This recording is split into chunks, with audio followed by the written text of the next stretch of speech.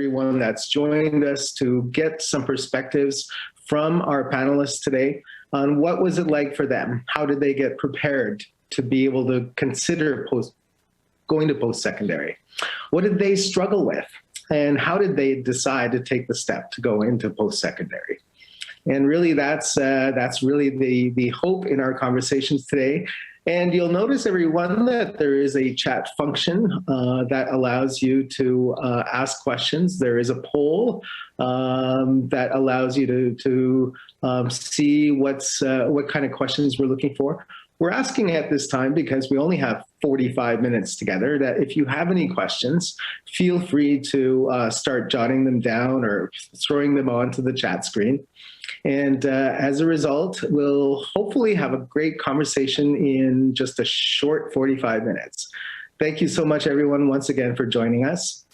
First of all, let's hear from Christian. Christian Spence, thank you so much. Can you tell us a little bit about yourself and some of the topics that we're getting into today? Thanks, Pitsulak. Ulakuts, Christian Nuyunga. Good morning. My name is Christian Spence. I was born here in Ottawa. I grew up in Almont, Ontario, where I went to high school. After that, I did 2 years at Algonquin College in media and communications, and as well as the larger general arts and science program. After that, I went to Carleton University and studied my Bachelor of Arts degree with a major in law. And currently I am working for ITK as a policy advisor. And in the fall of 2021, this coming school year, I'll be attending Ottawa U for law school. So I'm really excited to be here today to speak to you all about post-secondary education, and I'm looking forward to the discussion. That's wonderful. I'm so glad you could join us today, Christian. Thank you so much. Well, we are ready for Jaylyn Jarrett. Thank you so much for joining us today. Please introduce yourself. Good morning, everybody. My name is Jaylyn. I was born in Ottawa as well. And then shortly after, I moved with my adatiak, so my grandparents, to Nain, Nunatiavut, and I lived there until I was 9. And then I moved with my other side of my family. So I'm half Inuk and half Black. So I moved with my Caribbean side of my family to Toronto when I was 9. And I lived there for 9 years until I was 18. And then I applied for school, went through that whole process, and then ended up moving to Ottawa, and I went to Carleton. And last year I received my bachelor degree in Law and Indigenous Studies. And I currently work for an organization called Canadian Roots Exchange. I'm a training and development manager there. And I applied for school. I'm still waiting to hear back. I was going to go this September, but I'm having a baby, so I'll probably go next September and defer whatever offer I get. Yeah, I'm really excited to have this conversation and to meet everybody here. Wow, that's wonderful that you're joining us today. And yes, we can see a little baby bump. Thank you so much, Jaylyn, for introducing yourself. Travis Ford, thank you so much. Welcome. Thanks for having me. My name is Travis Ford. I'm from Happy Valley Goose Bay, Newfoundland, Labrador. I went to school. I grew up here my whole life. I went to school in St. John's 2 times. First time I was a college drop. I became a college dropout, and the second time I went to Memorial University and I finished with a degree in recreation.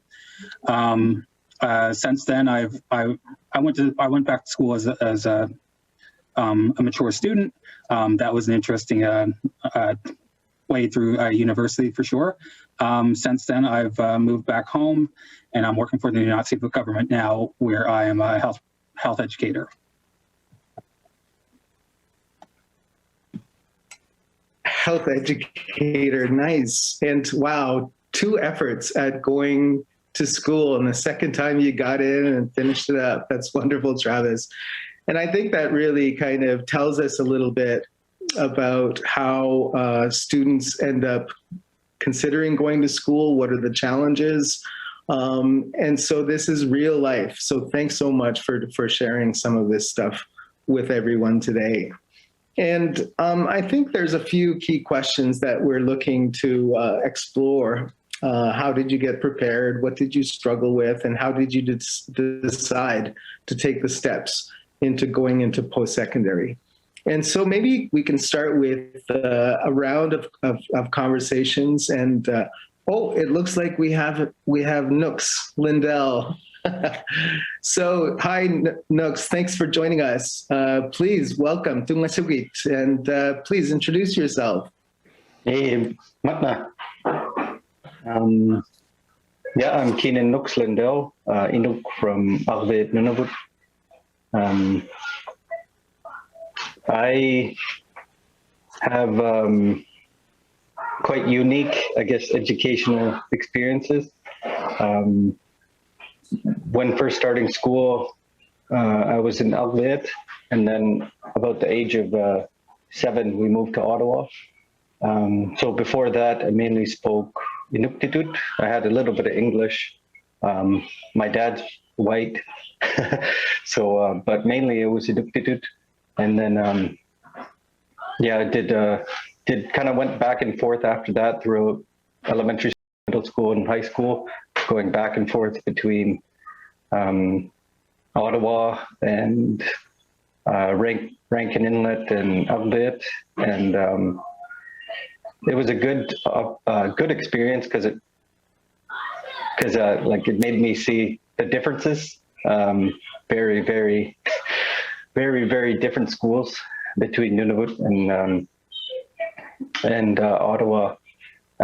So after high school, I decided to go to Nunavut Sivaniksabut, where I did 2 years of that program, which I highly recommend to any Nunavut students, Nunavut Inuk students.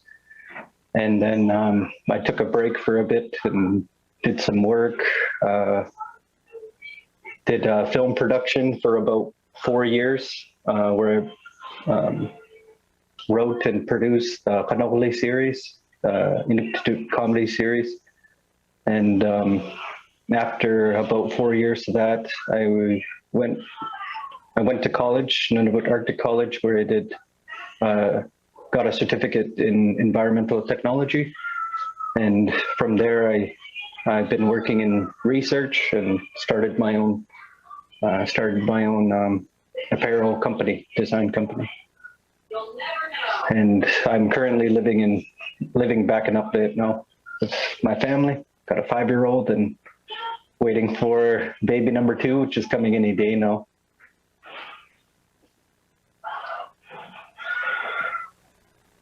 Wow, that's wonderful. Thank you so much. Well, we can tell from Nooks that he's gotten a lot of real life experience in doing different things, and no stopping him, and actually no stopping anyone here that's on this panel. That's fantastic. I'm so proud of all of you for joining our panel today. I'm wondering if maybe one of the most important conversation to have today, since we are about a half an hour into ending this session, is really what did you struggle with? And I think it's important for people to hear, who are considering going into post-secondary, what were some of the thinking and what was going on in your lives? And some of you have shared that. And so I wanted to invite you to share with us what were really some of the struggles and challenges, and what really made you decide to say, you know what, I'm going to go after this. And so I really ask you to open up a little bit. I think this is where we can really get a lot of benefit for the participants that are watching today. Not in any particular order, but we've been going Christian, Jaylin, Travis, and Nooks. But who would like to go first? I could start things off. Thank you. So there was a number of things that I've struggled with during my post-secondary career, if you will. One of them was definitely procrastination. I never really, I had a hard time focusing on schoolwork. I sort of let things go to the last minute and spent a lot of time on social events, if you will. So, you know, that kind of backfired on me a little bit in terms of my grades. There was a lot of nights where I ended up spending a lot of all-nighters on last-minute assignments. So that was one thing that I struggled with a lot. So I wouldn't recommend leaving things to the last minute. Another thing that I struggled with was, you know, financial management and financial stability. You know, so before this great Inuit post-secondary education fund, for an Inuk living in the South who never lived in Nunavut, I wasn't able to access some of the post-secondary education funds that Nunavut has to offer. So I had to see aside funding sources for schooling, and I ended up getting sponsored by the Mississauga New Credit First Nation, and they covered things like tuition, books, and a living allowance. And that was great for the first few years of post-secondary. But, you know, looking back, when I was in my early 20s and late teens, I wasn't necessarily the most responsible person. So I missed the deadline for applying for funding in university, and I had to open up a student line of credit with OSAP. And I guess the money that was given to me wasn't necessarily a great amount. So, you know, I struggled with living in general, paying for food, that sort of thing. And I remember one of the low points during my time, I was so broke, I didn't really have a lot of food in my fridge, and the only thing I had in there was a loaf of garlic bread. So I had garlic bread for dinner and for breakfast the following day. And that was a low point in my university career, in my university days. But another thing that I struggled with too, you know, being Inuk and being Indigenous, my dad's Cree, my mother's Inuk, and they both had a rough childhood. You know, they both went to residential school. My mother was part of the 1950 hierarchic relocation of the Inuits. And so, you know, both of them carry some of that traumatizing childhood experiences into their lives today. So, you know, growing up, I experienced some of the effects of colonialism on my immediate family. And, you know, going to university, it was tough to see that at times. And, you know, when you go to write an essay or when you go to study for an exam, you know, those experiences take a lot of rent up in your head. And it can be tough sometimes to put that out of your mind and focus on school. So, and I know that a lot of Indigenous and Inuit youth out there may not experience some of this stuff, but I know that some of you will, and maybe to a greater extent than I've experienced. But I wanted to share that with you. So, and I hope it resonates. And I want you to know that, you know, there is light at the end of the tunnel, and to never give up on your dreams, to never quit post-secondary education, because, you know, getting education can open up so many doors for you. And those are the three things that I struggled with. So, you know, I hope that answers the question. Oh my gosh, I can so much relate to you. And I think many of us that are listening and watching you right now, the amount of bravery that you have expressed by sharing some of these very personal struggles. You've been so courageous, and it's really is something that is required, I think, to be able to, you know, look back and be honest with yourself. And I think you've demonstrated that amazing quality of honesty. I'm so proud. Thank you so much. let's, I took away a few things, but I'm making note of it, and maybe I can find some connections for everyone. But thank you for starting this off, Christian. Amazing. Can I ask someone else to share? I can go next. Thank you, Jaylin. So before I had, before university, when I was, I guess, applying and trying to figure out where I was going to go and what I was going to do next, it was like a weird time in my life because at that point I was 17, 18, and I had been living in Toronto now for about 8 years. And I think at that time in your life, you're really trying to figure out who you are, what's important to you. And I think I was struggling because I had been away from my grandparents and from my culture for such a long time. And I think I was starting to feel it at that point. And so trying to decide what university to go to, or if I even wanted to go to university at all, was really hard. Because obviously, you know, university is a halunak, like Eurocentric institution, and I was a little bit worried that if I had gone to university that I was going to get pushed further away from my culture. And so that was really, really rough for me and a tough decision at the time, because what I really wanted to do is I wanted to go spend time with my grandparents. At that point, my adoptiok, so my grandfather started to get sick, and they had to get medevaced from Nain to St. John. So I wanted to go and spend a couple years with them. But me and my auntie are very close. So I had talked to her, and I decided that I was gonna go to university, but it was more of a case of like where I was gonna go. And so I decided that, so I applied to Carleton. I was the only school in Ottawa that I applied to. And I decided that I was going to go back to Ottawa because I was born here. Like, I have connections here. My siblings were here, and I have cousins here. So I have like a connection. And also, if you know Ottawa, there's so many Inuit here, so it was just a good place to be.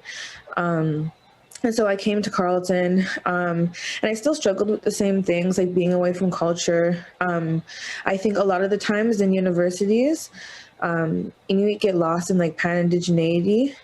Which was also really, I think, hard for me, because like I wanted to like be around my culture more, but I was still not necessarily, I guess, in it the way that I wanted to be.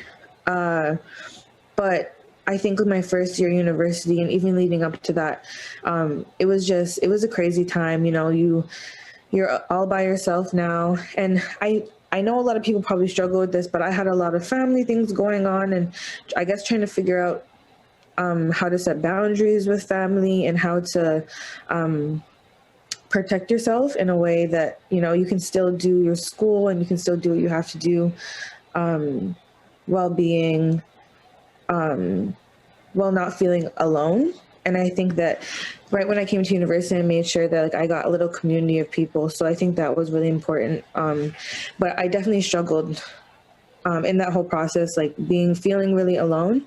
And then my first year also feeling really alone. So yeah, those are some of the things that I struggled with. And I'm sure that because I know a lot of Inuit students are coming to Ottawa and we're kind of just here by ourselves trying to figure everything out. So that loneliness aspect, I think a lot of us feel a lot of the times, and being so like distant and away from everybody. So yeah. Wow. What an amazing makeup of panelists today. Again, the bravery in sharing, the honesty and being open. It really is a testament to your characters. You know, that point about worried about how university or having to spend so much time in university or college can take away from your culture, take away from being with family and language. So it's a real reality. Thank you so much for sharing that. And being by yourself, a lonely journey. Yeah, but you said, you know, build a community, set your boundaries. Amazing, all of you. Please, let's continue the conversation. Who would like to go next? I'll go ahead. Can you hear me? Yes, Travis, thank you. So I'll kind of look at it in two different perspectives. So The first, so I talked about earlier about dropping out the first time and then going back to school the second time. So I'll talk about the first. So the first time I went, I was accepted into a software engineering program, and it was a late acceptance. And by the time I learned it, it was I had about a month to kind of decide whether or not I was going to go. I never thought much of it. I was like, the school, the education took part in St. John's, Newfoundland. I've been there many times in my life, through sports, and, I have family and all those types of things out there. So I didn't think anything of it. I just packed my bags. My family helped me settle in. And then it seemed like as soon as they left, the reality hit. And, I didn't really think about, how I was going to live day to day, how I was going to get to school, because I never took transit before. I've never taken busing. I've never, driven in a city. I didn't know how I was going to get to school that most days. And then, when I was in school, I didn't know anybody because I was quite shy. I was riddled with anxiety and, those types of things. There wasn't anything that was easy about going to college the first time. And I kind of, I saw what issues I had from that, and I kind of moved forward from that. So I dropped out of school. I worked at a minimum wage job for, about 2 years after that.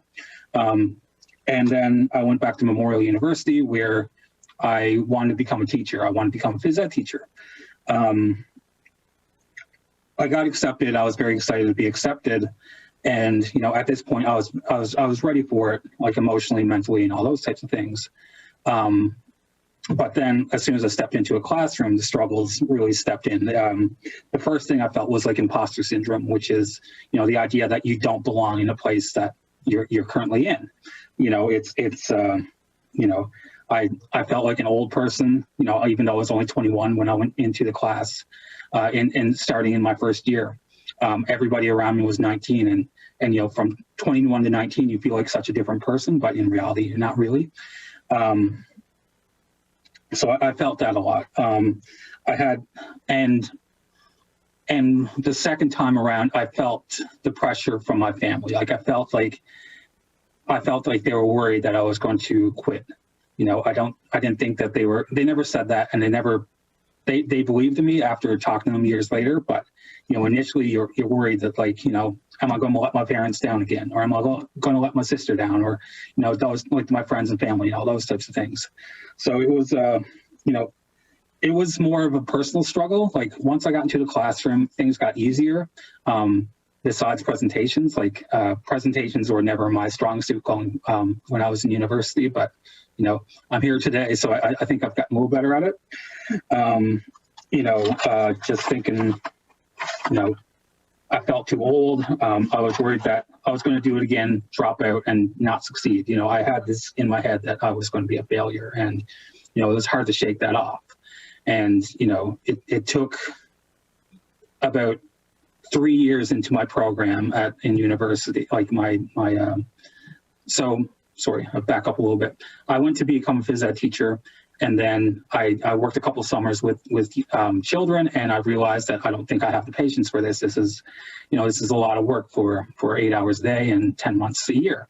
So I reconsidered, and I went into do recreation, which is a little different. People who, in the recreation field, generally you're getting people that want to be there. So it makes it a lot easier. But, so that changed my process from there. But some of the struggles came from presentations and those types of things. But, once you start, if you love the program that you're doing, it certainly makes things a lot easier. And that's kind of what it was for me. It took a few years to kind of believe myself and talk myself into it. But, once I started getting to my third and fourth year, I started seeing the end of the road, and I started seeing myself going up on that platform and getting the degree and all those types of things. So, it was a struggle, but it is something that was worth it in the long run. Wow. Thank you, Travis. We're getting such a rich amount of sharing here. I think we have Nooks who may want to chime into this beautiful conversation. Yeah. First off, thanks everybody else for sharing. Definitely, it's good to hear that. I related with a lot of what you all said.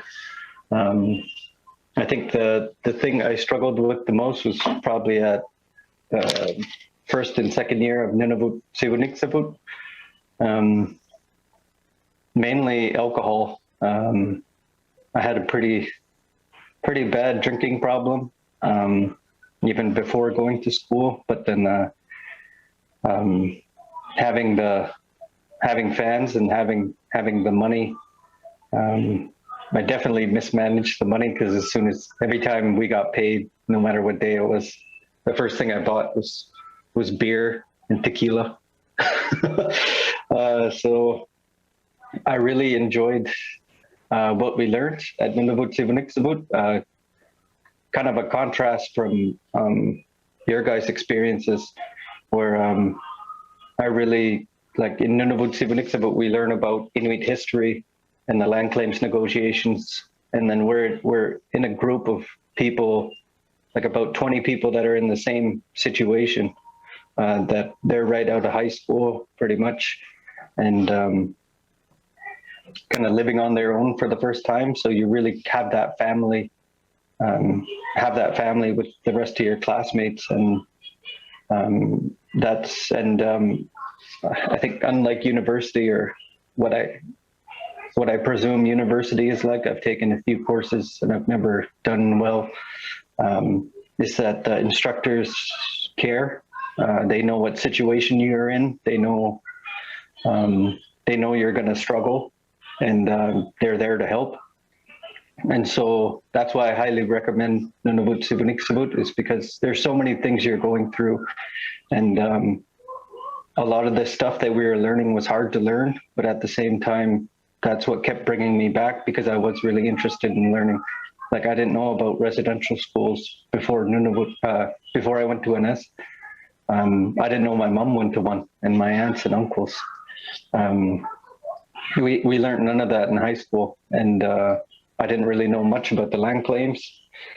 And so I was very interested in all that. And so that's definitely what kept me going. I know if I was in courses where I wasn't as interested, and I wasn't learning kind of about myself and my family and my background, I would have struggled a lot more. But definitely procrastination, drinking, anything that required me to do work outside the classroom. When I was inside the classroom, I was very attentive and I really enjoyed it. But my addiction to alcohol was made things definitely a lot harder. And yeah, there was a point where, like Christian made me think about it, a lot of low points in the second year when I actually lived alone. Yeah, I chose to buy beer when I had, only like $20 left. I would choose to buy beer rather than food. So that was definitely a low point. And there's often times I wanted to go home, but kind of reminding myself, like, even when you really miss home, that it's always going to be there. Your family will wait for you. But opportunities like this are harder to kind of quit and then go back to. So I tried to remind myself of that. I was very lucky to have instructors that would kind of remind me of the same thing. But they were very lenient. They knew I could do the work, so they let me get away with a lot more than I think other schools would have, because I actually was, I could do very good work, and they knew my potential. But I was, with alcohol, I was really, I was just pretty much killing myself. I would barely eat, and I would just drink, and it was kind of destroying everything. And yeah, that being said, when I went back to school, I was sober when I went back to ETP, and yeah, I got way better marks. I did the work right away. It was completely different, and yeah, I could see my fellow students kind of right out of high school. I was a couple years older than all of them, but yeah, I could see them struggling with the homework and attendance and stuff like that. So yeah, I think having that strong support at home and good friends, and yeah, if you can, like Jalen said, if you have that community, your own little family that you could talk to and get through those times, because there was definitely times I wanted to go home. I was convinced. I said, "No, I'm going home," and some friends or instructors convinced me to stay, and I'm really glad I did.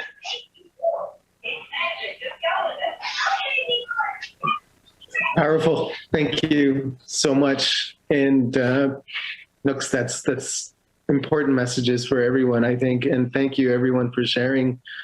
So there's a couple of questions that are coming from the audience, and they're really tied together here. And maybe I'll try and combine them both and to see if anyone can offer some perspectives here. And it's really in line with the idea of having family, already having your own little family. And what do you do about that? So one is, are there any suggestions for returning to school as an adult? Having to work and being a mom after being away from school for a while, and another participant saying that I'm a single mom and it's my first time in an academic setting since dropping out of high school.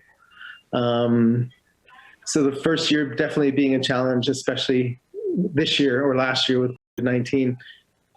Maybe if there's anyone that can help answer, these two very similar questions.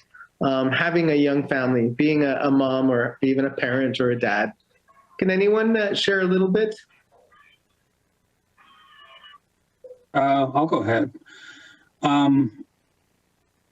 As for like a pregnancy, obviously I can't relate to that, being a mother and bringing those types of things. I can relate a little bit. My sister recently went back to school to get another degree, and she's currently pregnant. So it's, I'm watching her kind of do that, and, everything's online, so it's a little easier. But from my experience, I've seen a lot of people, present, be worried that they do have families and, they are carrying that burden, and that seems like a full-time job in itself. But it seems like once they let the class, especially like if it's a smaller class, if you're doing, if you're in an education, like whatever you're in, if it's a small program, it seems like they kind of take on that child as well. Like I've heard of friends go through med school with, and they were pregnant during the process, and that baby became, a part of the family. And, it might be intimidating initially, but, if you talk to your peers, you talk to your teachers, it seems like they're, as long as you're willing, to kind of meet them halfway and them as well, they seem pretty open to, the idea that, you have a family and sometimes issues come up and those types of things. People are a lot more compassionate than you realize, and that, I think once you realize that, it does alleviate a lot of the stress. I can add on to that a little bit.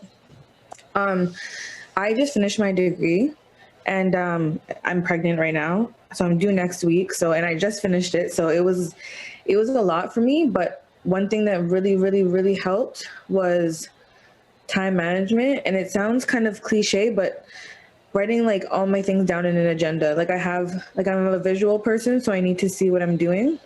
So I would give myself breaks. And also, if you have professors or if you have any type of teachers, just reaching out to them and being honest. I find that, especially with COVID too, that, if you're honest with your professors and you're honest with the people who, like, who are teaching you, they're usually pretty lenient and they can accommodate you.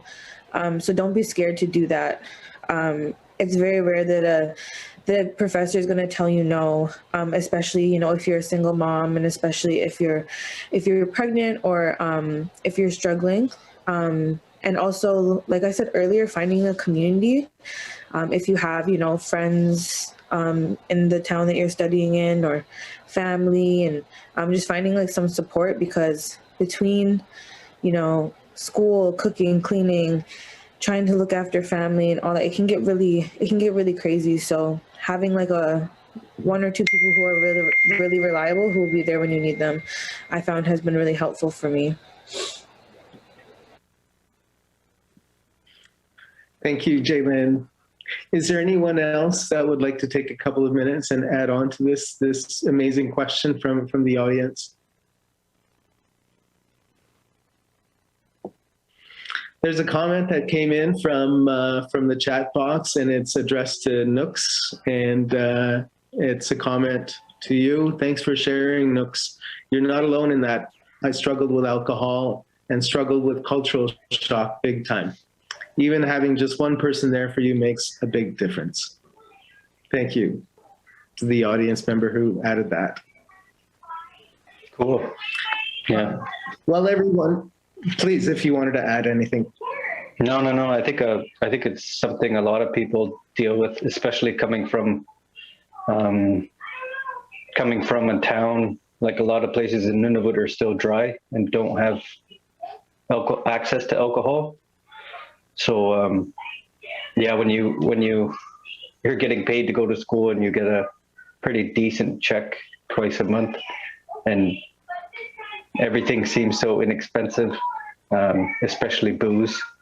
When a bottle, like a Mickey bottle, can go for up to like $500 in my town sometimes. So yeah, I know definitely a lot of students from small towns struggle with that. And getting through that is one of the biggest struggles. And, so it's good to hear that people are getting over it, that yeah, are able to succeed. Thanks so much. Well, we have about 8 minutes together left, and what I wanted to do is just kind of spend a couple of minutes. From my understanding of what was shared today is that there's a lot of themes. You know, there's themes around, and I think it was important to focus around struggle, but it'll be important before we end this to you know, obviously struggles are shared, they're common, they're known. We're starting to see that, you know, everyone else has these kinds of issues. But I'm hoping we can spend the last couple of minutes today just moving forward in a way that you know, gives advice, and a couple of you are already doing that. But what we heard today was a lot of fears, a lot of hesitation, a lot of personal awareness that maybe only was realized when they got into school, that they weren't giving up, that they wanted to give it a shot, that they had thoughts about what they wanted to do in life. And not everything is rosy along the way. And for myself, one of the big decisions for me going into school, going into university, was what can be my plan B? And, you know, if things go wrong, if I know that things can go wrong, what do I do? But the other thing was, in choosing a university or choosing a college, that was one of the questions that I had before going into university. What kind of supports do they have? How friendly is it towards Inuit or Indigenous people? What kind of community is on campus? And so I thought that was kind of really a helpful decision for me, is that I could see other Indigenous people, other Inuit perhaps. And so hearing today from all of you that there has been a lot of supports in the institutions that you went in. So that's wonderful. Yes, we heard themes around, you know, what my family situation is like, what my personal situation is like. You know, these are all realities of the effects of living with intergenerational trauma. And, but at one time you said, you know, to heck with it. If you could look back now in those moments or in those months. How could we end this conversation today? If you're looking back to yourself, what would you say to yourself? And what would you say to the audience? You know, we've heard a lot today, a lot of challenges, but what would you say? Thanks so much. If we can go through the list, whoever would like to start. I guess I'll start things off. If I could give some advice, you know, dealing with struggles, I would say, you know, it's okay to fail and to fall flat on your face. I learned that the hard way. I failed a number of courses in college and university, and when I first applied to law school, I got rejected by 4 different schools. I had to rewrite the law school admissions test 3 times. I learned the hard way by just failing, and I never gave up, and I always stuck to what I wanted to do, what I thought that I wanted to do, and I wanted to chase my dreams and go to law school. And, you know, at one point I thought that it would never happen because of how I was academically and what I struggled with. But I will say that, you know, the harder you work, the more perseverance you have, tenacity that you have, you can bounce back and you can achieve basically anything you put your mind to. And I know it sounds cheesy and cliche, but it's true. And don't ever give up and keep going. So I'll leave that there, and I'll let my other peers chime in here. Thank you, Christian. Thank you so much. Please, who else? I'll go. Good. Well, just looking back, like what I would tell myself when I first dropped out of school was, you know, it took me a few years to realize that it wasn't a bad thing. It wasn't the end of the world. Like, I was 19 when I dropped out. You know, at 19, you feel like everything's so important that, you know, if one thing that you do is going to be catastrophic. And that wasn't the case. And what I learned from dropping out was that that was probably the best decision I ever made in my life. The reason I went to school that initially was to do something, you know, that I was good at. And, you know, sure, I can do IT stuff, I can do programming and all that stuff, but it's not something I loved.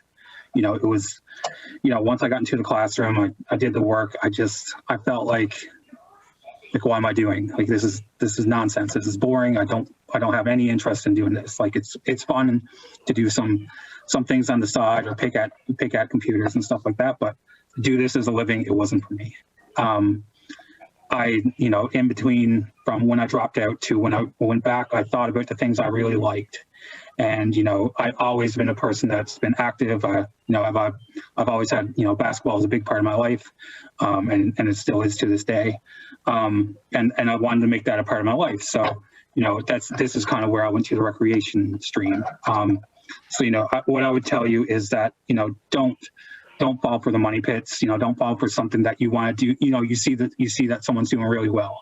You know, the money, it's a bonus, but it's you understand that you're going to be doing something like this for pretty much the rest of your life. So, you know, make sure that you enjoy it, and you know, try to find something that you really enjoy. And you know, it makes growing up and working in places like this, even in COVID, a lot easier, that's for sure.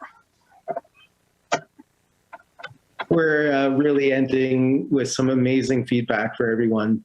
Thank you, Travis. We have a couple more minutes together. We can go over a minute, but if you can keep that in mind, I really hope that other people can have a chance to meet you, each of you, and talk with you again. But we have another minute or two.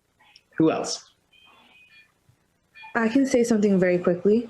For me, university, it wasn't a perfect journey. I think that we have this idea that it's kind of like a straight line from finish to start, and it's not. Things happen and things get crazy sometimes, but it's just part of the journey. And reminding yourself that will make it a lot easier. And just remind yourself that it'll be all worth it in the end too.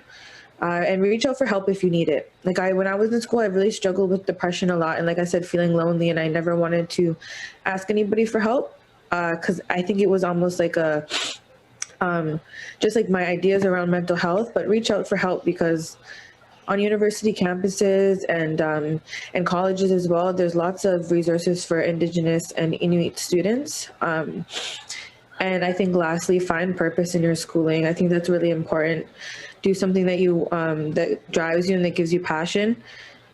For me, I think it was, wanting to better myself so that I could help my Inansiak and my Adatsiak, and also being able to help my siblings too. And then finding also the passion in the work that I was doing in law and Indigenous studies. It really drove me, and I was passionate about it, and I love to do it. So yeah, make sure you find passion in whatever you're doing. You're also so wise. It's just life experience, isn't it? Anyone else? I think we have a minute or two left. Nooks, I think, yeah.